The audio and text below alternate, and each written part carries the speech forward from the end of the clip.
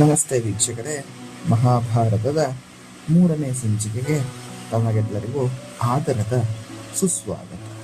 ಹಿಂದಿನ ಸಂಚಿಕೆಯಲ್ಲಿ ಪರೀಕ್ಷಿತ ರಾಜನಿಗೆ ದೊರೆತಂಥ ಶಾಪ ಹಾಗೂ ಅವನಿಗೆ ತಿಳಿದಾಗ ಅವನು ದುಃಖಿಸಿದ ರೀತಿಯನ್ನು ತಿಳ್ಕೊಂಡ್ವಿ. ಇಂದಿನ ಕಥಾಮೃತದಲ್ಲಿ ನಾವು ಪರೀಕ್ಷಿತ ಮುಂದೆ ತೆಗೆದುಕೊಂಡಂಥ ನಿರ್ಧಾರಗಳು ಏನು ಅಂತ ತಿಳಿತಾ ಹೋಗೋಣ.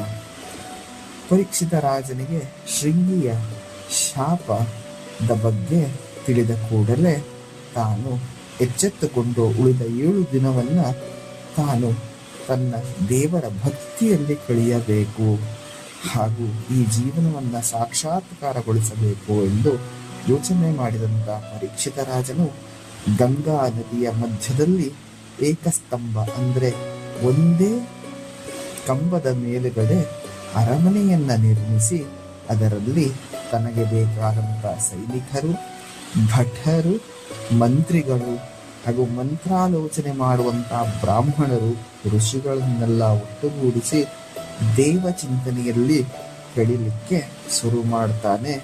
ಅಲ್ಲಿಗೆ ಬಂದಂಥ ಶುಕ ಮುನಿಗಳು ಅವನಿಗೆ ಭಾಗವತವನ್ನ ಬೋಧಿಸ್ತಾರೆ.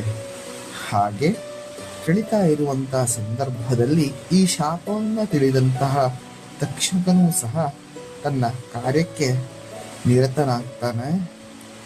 ತಾನು ಪರೀಕ್ಷಿತನಿಗೆ ಕಚ್ಚಬೇಕು ಅಂತ ಯೋಚನೆ ಮಾಡಿದಂಥ ತಕ್ಷಕ ಅಲ್ಲಿಗೆ ಬಂದು ನೋಡಿದರೆ ಇಲ್ಲಿರುವಂತಹ ಸೆಕ್ಯೂರಿಟಿ ಅಂದರೆ ಸುರಕ್ಷತೆಯನ್ನು ನೋಡಿದಂಥ ತಕ್ಷಕನಿಗೆ ತಲೆ ಬಿಸಿ ಆಗ್ತದೆ.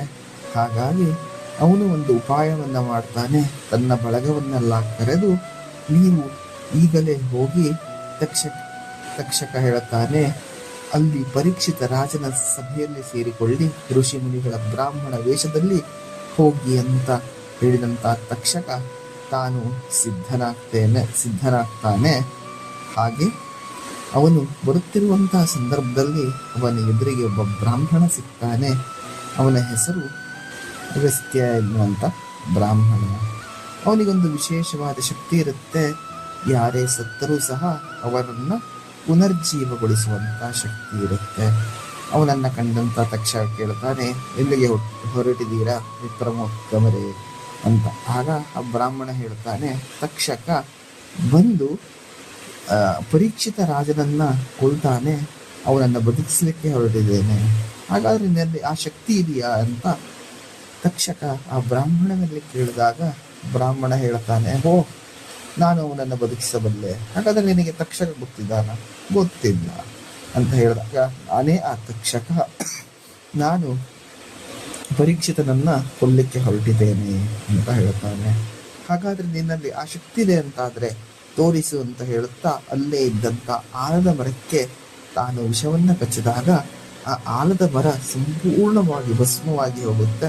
ಬ್ರಾಹ್ಮಣನು ಆ ಬೂದಿಯನ್ನೆಲ್ಲ ಒಟ್ಟು ಮಾಡಿ ಮಂತ್ರವನ್ನು ಉಚ್ಚಾರಣೆ ಮಾಡಿ ತೀರ್ಥವನ್ನು ಪ್ರೋಕ್ಷಣೆ ಮಾಡುವಾಗ ಮೊದಲೇ ಹೇಗಿತ್ತೋ ಹಾಗೆ ಆ ಆಲದ ಮರ ರೂಪುಗೊಳ್ಳುತ್ತೆ. ಅದನ್ನ ಕಂಡಂತ ತಕ್ಷಕ ಆ ಬ್ರಾಹ್ಮಣನಿಗೆ ಹೇಳ್ತಾನೆ, ನೀನು ಈಗ ಪರೀಕ್ಷಿತ ರಾಜ ಇದ್ದಲ್ಲಿಗೆ ಹೋದರೆ ನಿನಗೇನು ಸಿಗುತ್ತೋ ಆ ಧನವನ್ನ ನಾನೇ ಕೊಡ್ತೇನೆ, ನೀನು ವಾಪಸ್ ಹೋಗಬಹುದು ಎಂದು. ಆಗ ಬ್ರಾಹ್ಮಣನು ತನ್ನ ಜ್ಞಾನ ದೃಷ್ಟಿಯಿಂದ ನೋಡ್ತಾನೆ. ಪರೀಕ್ಷಿತ ಸಾಯುವುದು ಖಂಡಿತ ಅಂತ ತಿಳಿದಾಗ ಇದು ವಿಧಿಲಿಖಿತ ಎಂದು ಗೊತ್ತಾದ ಮೇಲೆ ತಕ್ಷಕನಲ್ಲೇ ಧನವನ್ನ ಪಡೆದು ಇವನು ಹಿಂತಿರುತ್ತಾನೆ. ಇದಾದ ಮೇಲೆ ಏನು ಮಾಡ್ತಾನೆ ಅಂದ್ರೆ, ತಾನು ಪರೀಕ್ಷಿತನನ್ನ ಕೊಲ್ಲಬೇಕು ಅಂತ ಕ್ರಿಮಿಯ ರೂಪದಲ್ಲಿ ಸೇಬಿನ ಹಣ್ಣಿನ ಒಳಗೆ ಹೋಗಿ ಸೇರ್ಕೊಳ್ತಾನೆ. ಅದನ್ನ ತನ್ನ ಗೆಳೆಯರು ಮಾರು ವೇಷದಲ್ಲಿ ಅಂದರೆ ಋಷಿಗಳ ವೇಷದಲ್ಲಿ ಪರೀಕ್ಷಿತನ ಹತ್ರ ತಗೊಂಡು ಹೋಗುವಂತ ನೋಡಿಕೊಳ್ತಾನೆ.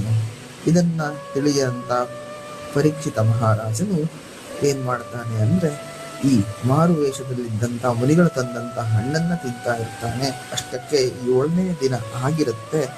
ಅದಕ್ಕಾಗಿ ಹಣ್ಣನ್ನ ಸ್ವೀಕರಿಸಿದಂತ ಪರೀಕ್ಷಿತ ಅಲ್ಲೇ ಇಟ್ಟು ತನ್ನ ಸಂಧ್ಯಾ ಕಾರ್ಯಗಳನ್ನೆಲ್ಲ ಮುಗಿಸ್ತಾನೆ. ಇನ್ನೇನು 7ನೇ ದಿನ ಮುಗಿತಾ ಬಂತು. ಇನ್ನು ತಕ್ಷಕನಿಗಂತೂ ಕಚ್ಚಲಿಕ್ಕಾಗಿಲ್ಲ. ಏನು ಮಾಡೋಣ ಅಂತ ಯೋಚನೆ ಮಾಡ್ತಾ ಆ ಸೇಬು ಹಣ್ಣನ್ನು ತಿಂದಾಗ ಅದರೊಳಗೆ ಒಂದು ಚಿಕ್ಕದಾದಂಥ ಕ್ರಿಮಿ ಕಾಣುತ್ತೆ.